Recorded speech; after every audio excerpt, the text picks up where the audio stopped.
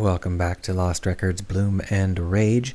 Let's talk a little bit about how this scene in the garage is laid out.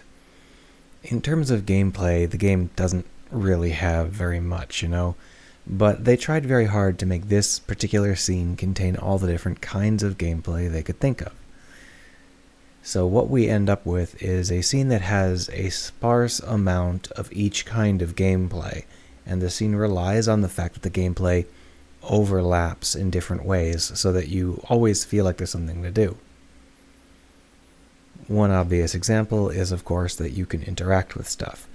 But it's not just the ability to interact with stuff. You can also move things around, and you can also take pictures of things. And these three elements are fundamentally the same, but because they are different methods of interacting with different modes that you have to go into to do it, they do feel quite different.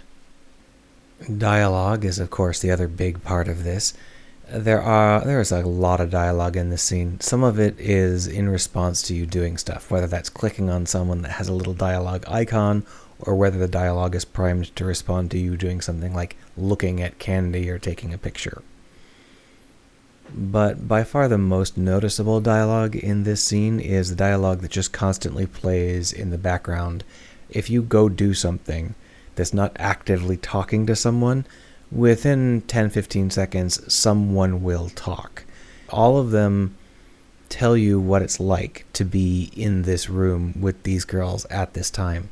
And from a mechanical perspective, they interlock with your exploration, because as you're exploring the sparse land of clicking on things and taking photos of things and maybe moving something around, they'll chime in and they'll, call your attention away from the sparse thing you're currently doing to a different sparse thing, the dialogue. That means that you never get a chance to notice just how sparse any one element of this is. A bunch of interlocking sparse elements make it feel quite dense, but you have to have some of those intrude, because otherwise the player will, mine one kind of interaction until it's dead, and that'll take like 30 seconds. So you need to make sure that your other kinds of interactions butt in. The scene is also gated, and it's worth noting how the gating works in this scene. In many walking sims, gating is a matter of walking through a physical gate. And in some cases, it's a matter of, someone taking an action that changes how the scene unfolds. But in this scene, the gating is done by giving you other kinds of play. So when we want to transfer over to the practice scene, the way it works is Nora gives you a task that is unlike any task you've done before. She tells you to go get a pick, and then she tells you to set up the drum kit. These tasks are not the sort of thing you would normally do, and they basically serve as mini games that help to divide the various sections of the scene from each other.